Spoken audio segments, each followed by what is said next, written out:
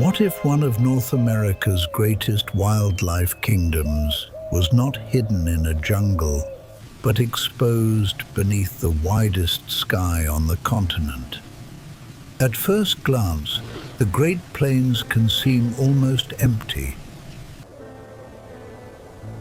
A vast sweep of short grass, wind, dust, and horizon stretching farther than the eye can measure. But this openness is the secret of its power.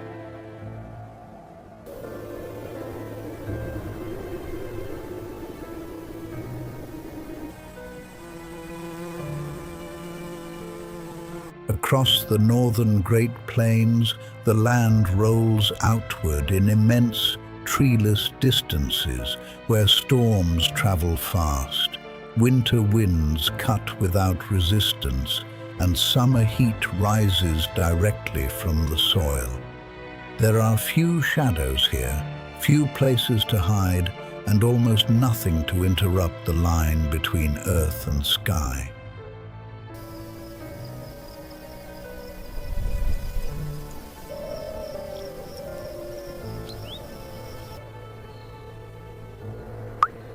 This is the Sea of Grass, the Great Plains, an American Serengeti built not from tall acacia trees or golden savannas, but from grass roots, open air, and movement. In this exposed world, bison cross the prairie like living engines of the earth. Pronghorn turn distance into defense. Prairie dogs build cities beneath the soil.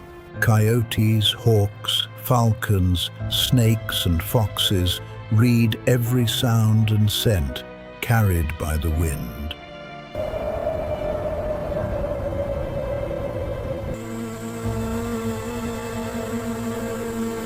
What looks empty from far away is up close, a living system where every creature must survive in plain sight.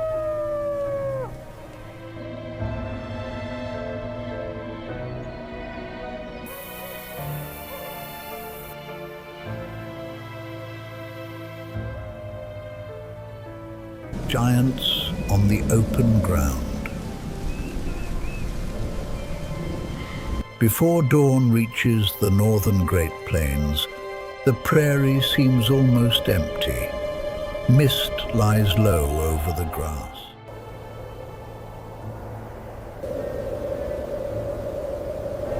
The horizon disappears. There are no forests, no cliffs, no sheltering walls of stone, only wind, open ground, and a vast sea of grass waiting for movement.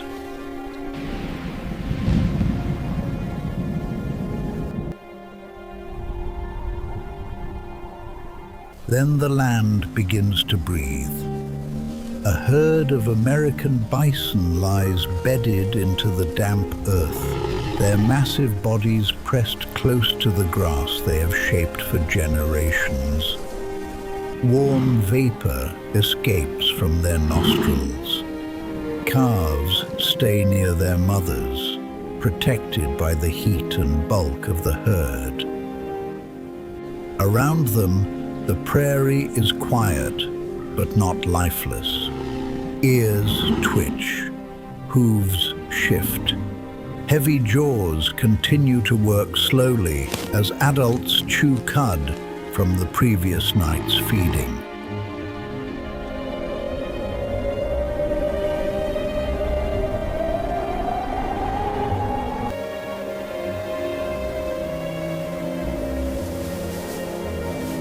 The American bison is the largest land mammal in North America.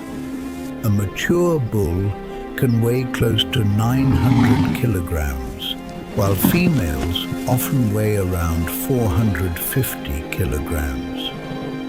A bison may look slow under the weight of its hump and dense coat, but when threatened, it can run at speeds of up to about 65 kilometers per hour. On this open land, power and speed belong to the same body. As morning light spreads across the grass, the herd begins to rise. One adult pushes up from the ground, shakes moisture from its thick fur, and lowers its head. Others follow. Soon the dark mass begins to move across the prairie with the steady force of a living weather front.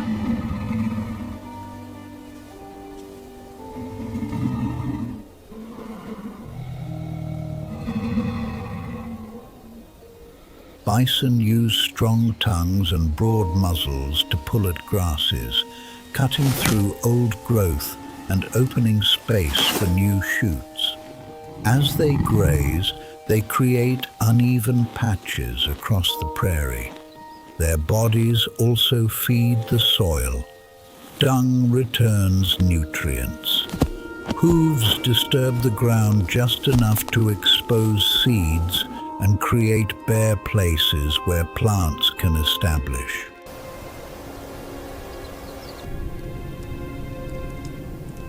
In a landscape that may appear flat and simple, the bison creates variation.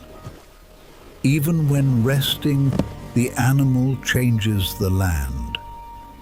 A bull drops into a shallow dirt hollow and rolls, throwing dust into the morning air. This behavior, known as wallowing, helps remove loose hair, reduce irritation from biting insects, and may play a role in social display.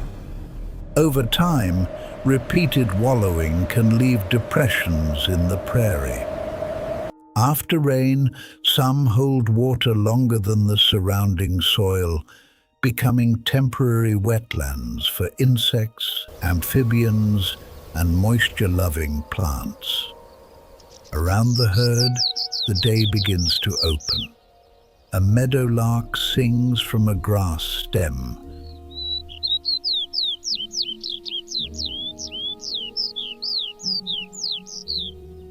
A distant coyote watches without approaching. Somewhere beneath the soil, burrowing animals wait for warmth. Every part of this world is connected to movement, and the greatest movement begins with the giants on the open ground.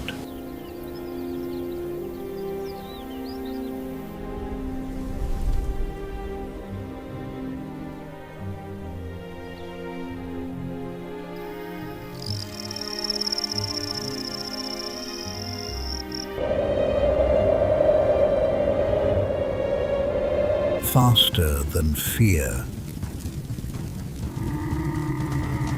By 7:45, the morning mist has lifted from the Great Plains. The sky remains bright but overcast, spreading a soft, shadowless light across the endless grass. The quiet awakening of dawn gives way to motion. The American bison herd is now fully mobile. Across the prairie, the giants move like a slow, dark river. They spread over the open ground, lowering their massive heads to tear through dry, fibrous grass. With strong tongues and broad muzzles, they pull stiff clumps upward and grind them down with heavy teeth built for abrasive vegetation.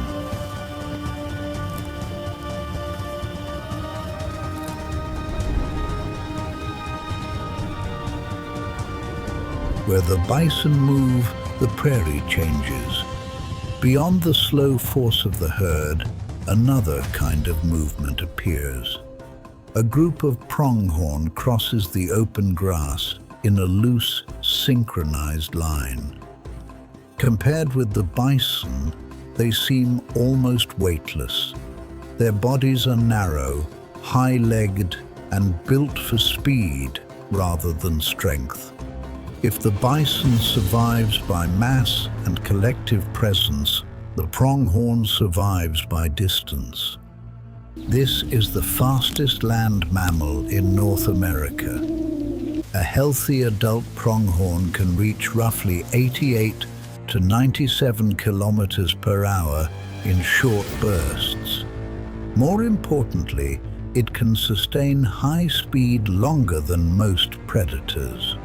Its large heart, powerful lungs, and light frame allow it to move across open country with extraordinary efficiency. That speed is an ancient inheritance.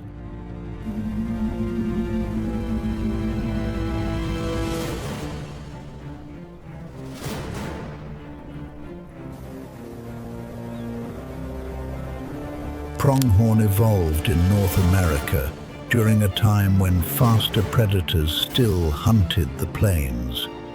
Those predators are gone, but the pronghorn remains, carrying a body shaped for a chase that the modern prairie can no longer fully provide. A sudden rustle moves through the brush. Instantly, a dominant male lifts his head and turns sharply toward the sound. The white hairs on his rump flare open, creating a bright warning signal visible to the rest of the group. The herd reacts at once. Heads rise, bodies tense. Then they move.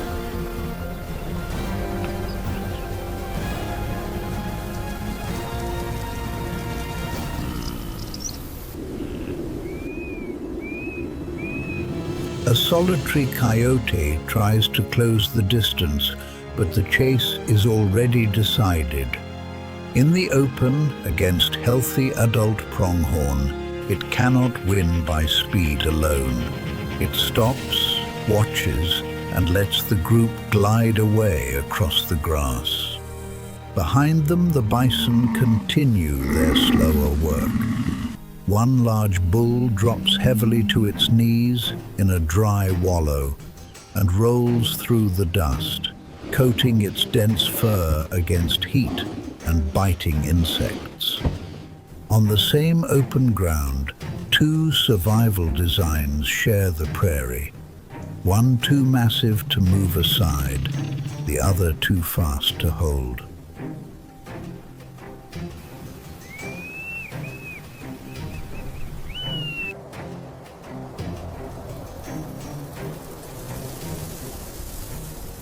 The city beneath their feet. The morning energy of the plains does not stay on the surface for long. After the open chase of the pronghorn, the eye drops lower, past the grass stems, past the dry seed heads, down to the bare circles of dirt scattered across the prairie like marks left by an unseen hand. At first they look small beside the scale of the land, but here size can be misleading. These mounds are the entrances to a black-tailed prairie dog town. From above, the colony appears almost like a settlement. Dozens, sometimes hundreds, of raised dirt openings spread across the grass.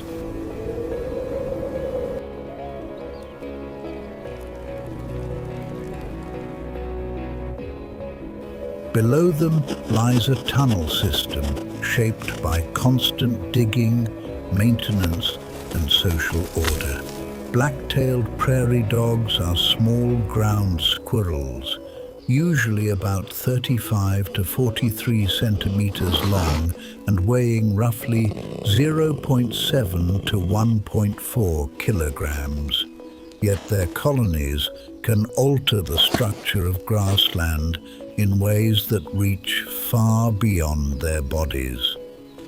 They live in family groups known as coteries.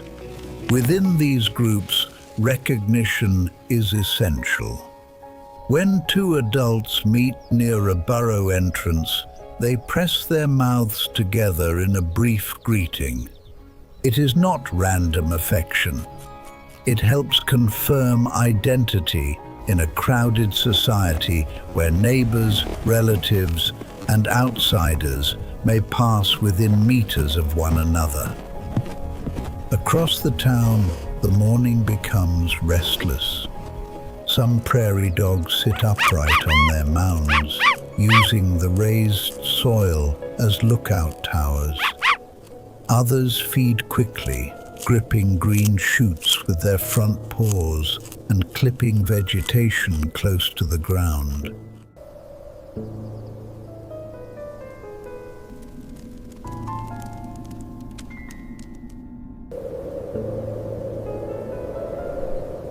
This short grazing around the burrows is part of their survival strategy. Lower grass improves visibility, giving the colony more time to detect danger across the flat prairie. The architecture below is just as important. Prairie dog burrows often include multiple entrances, nesting chambers, and escape routes. Some tunnels can extend several meters through the soil. The raised rims around the entrances help reduce flooding during rain and give sentries a slightly higher view over the surrounding grass.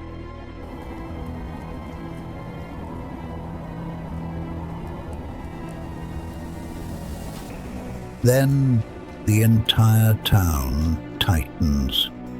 One sentry stands high on a mound, body rigid, head lifted.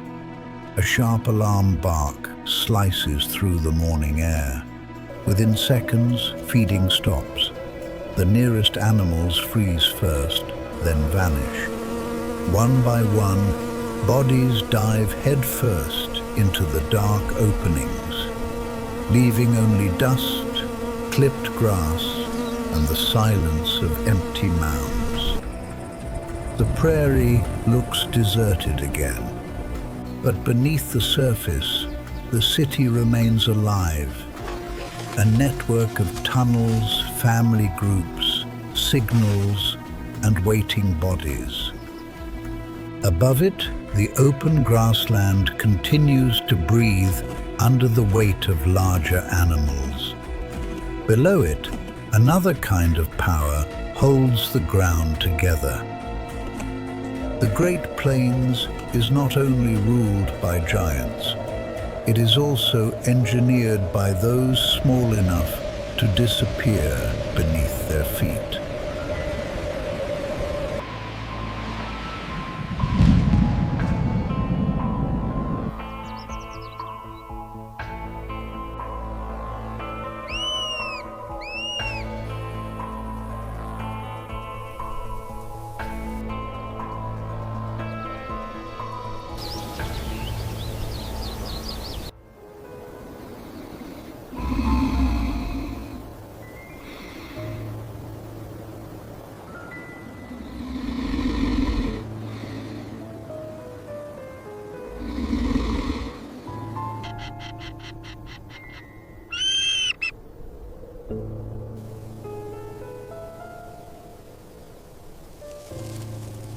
The alarm inside the prairie dog town does not last forever. When the danger passes, small heads appear again at the dark burrow mouths.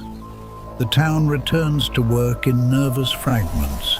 A few seconds of feeding, a pause, a scan of the horizon, then another quick bite. The afternoon heat has weakened, and the grassland begins to move under a cooler wind. Across the open prairie, the flat glare of midday is beginning to soften.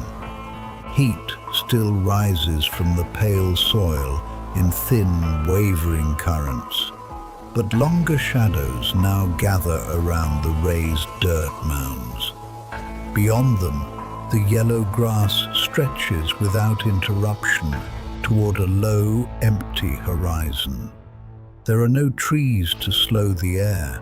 The wind moves freely across the plain, bending thousands of dry stems in the same direction.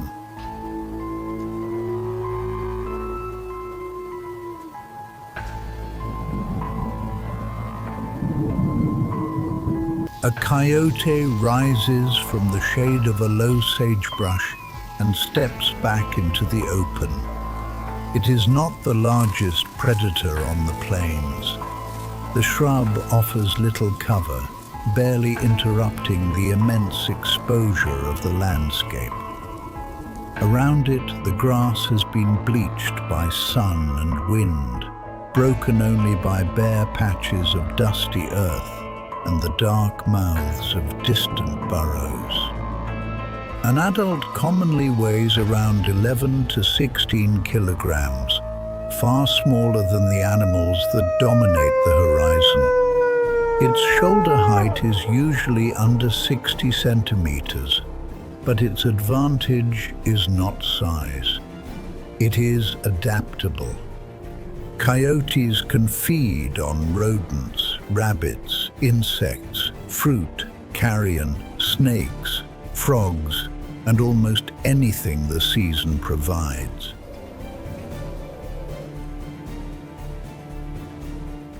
In the wild, they may live around 10 to 14 years, though many do not survive that long.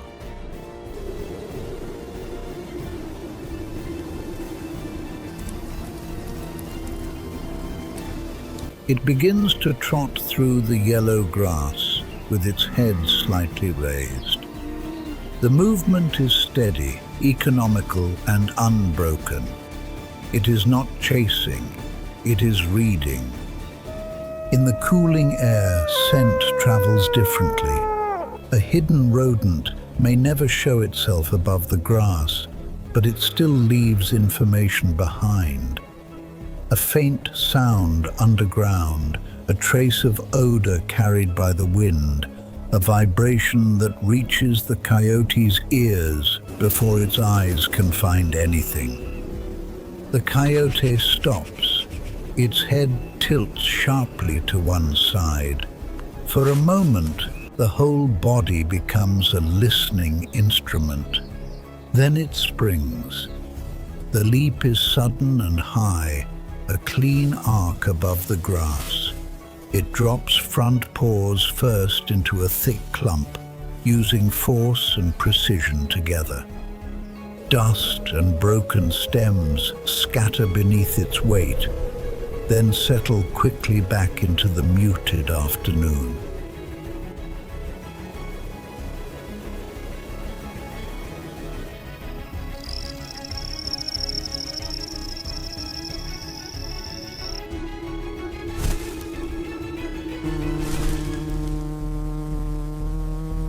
Near a fading seasonal slough, another hunter begins to move as the temperature softens. A plains garter snake slides across cracked mud, its forked tongue flicking through the damp air. This snake is usually about 40 to 70 centimeters long, though large individuals can exceed 1 meter. The slough has contracted under the heat, leaving a narrow strip of shallow water surrounded by dark mud, exposed roots, and pale reeds. Its surface reflects the overcast sky in broken patches, while the surrounding soil has dried into irregular plates.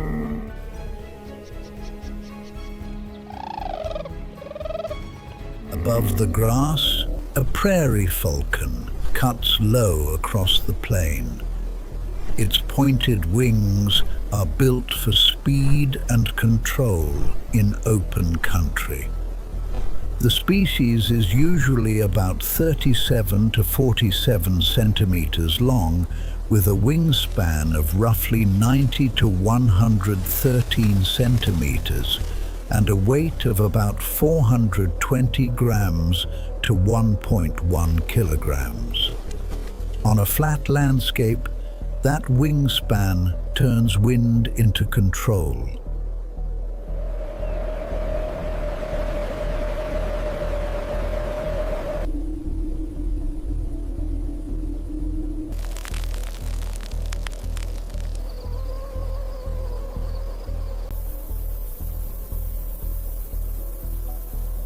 Farther off, heavy brush cracks under the weight of a grizzly bear.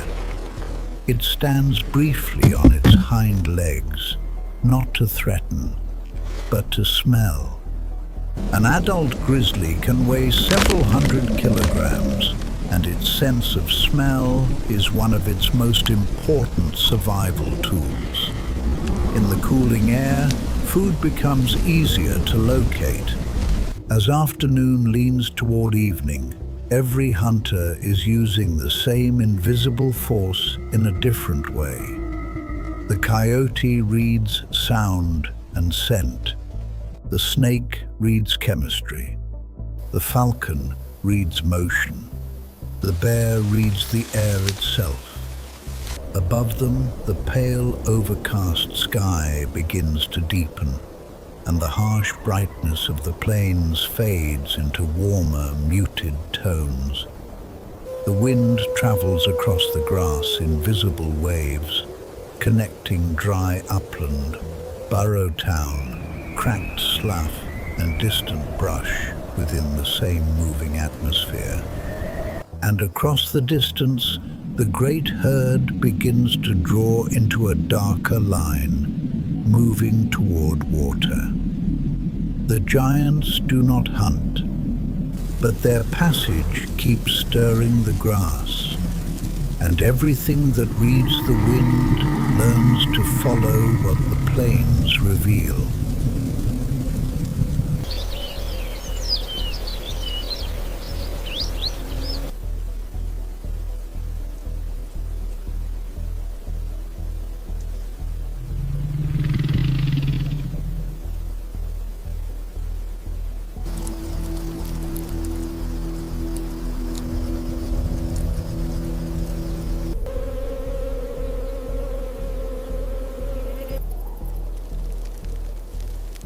When the giant changes the rules.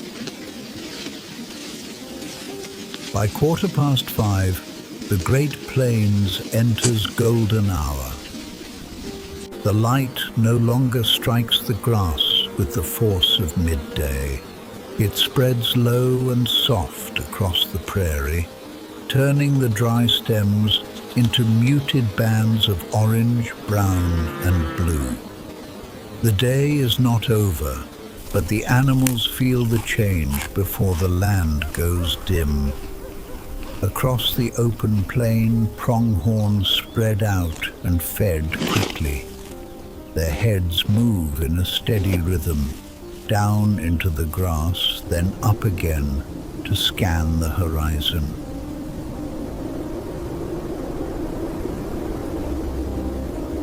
A male presses the dark scent patches on his face against a sagebrush branch, marking the fading afternoon with a signal meant for others of his kind. Nearby, young pronghorn leap in short, loose bursts, testing balance and muscle while the light still gives them distance.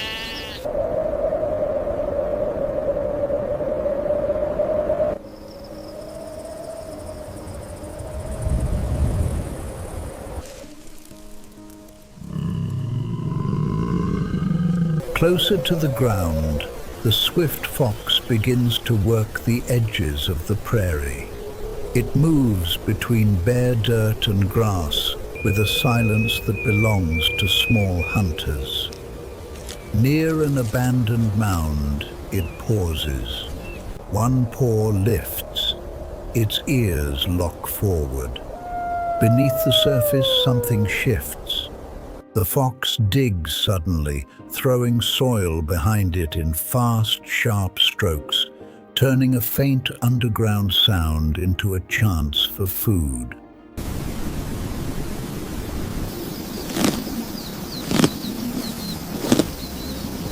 The last voices of daylight rise across the grass. From a swaying stem, a western meadowlark gives one final song before dropping into cover. The sound does not fill the prairie for long. It fades quickly, swallowed by wind and distance. On a flat stone, a prairie rattlesnake, presses its body close to the remaining warmth. The rock has stored heat through the day, and now that heat becomes useful.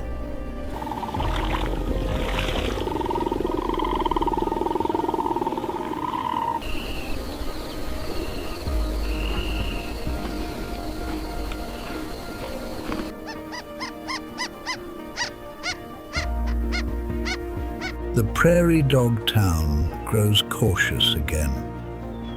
The last animals hesitate near their burrow mouths, watching the open ground. One by one, they slip below. The mounds they leave behind do not stay empty for long. A burrowing owl stands above them, yellow eyes fixed toward the grass, waiting for movement. At the horizon, the bison herd reaches its resting ground. The animals fold slowly into the grass, their dark backs settling beneath the colored sky. A mother and calf lie close together. Around them, the smaller movements of the prairie begin to fade. The giant has stopped moving, and with it, the day's rhythm finally settles.